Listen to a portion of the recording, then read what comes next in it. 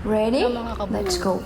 gumawa ako ng DIY o Happy homemade cake para sa asawa ko. To you. Gamit ko fudgy bar. Happy Tapos yung mga pan-design ko, yung flat tops, Happy stick ko, birthday. Happy saka yung chocolate na Happy nakalimutan ko kung ano yung tawag doon. birthday to Yan, wala kasi akong pangregalo sa kanya, kaya ang pera ko 50 pesos lang. So, yan, ang ginawa ko. Para kahit papano naman ay may regalo ko sa kanya. 'Di ba? So, pinagpatong ko lang yung dalawang fudgy bar.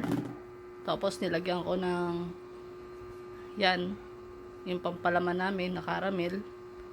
Tapos, pinaibabaw ko yung flat tops. Nilagyan ko yung pan-design ko. Yan. Yan. Ano bang tawag dyan? Yun ang pinansulat ko para sa happy birthday. Tapos, nilagay ko yung stick O.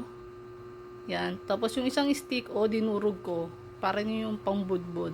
Yan, nasa gilid. Yung mga durog-durog. Yan. Meron na akong cake para sa asawa ko.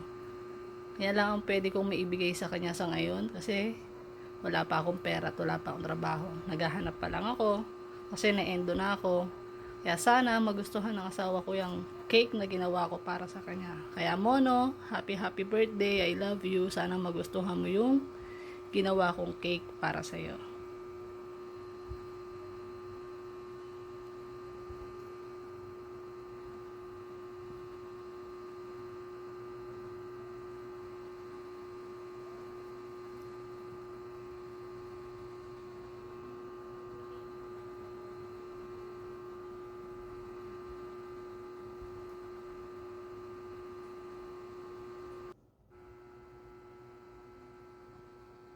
I love you, Mono. Happy birthday. I love you.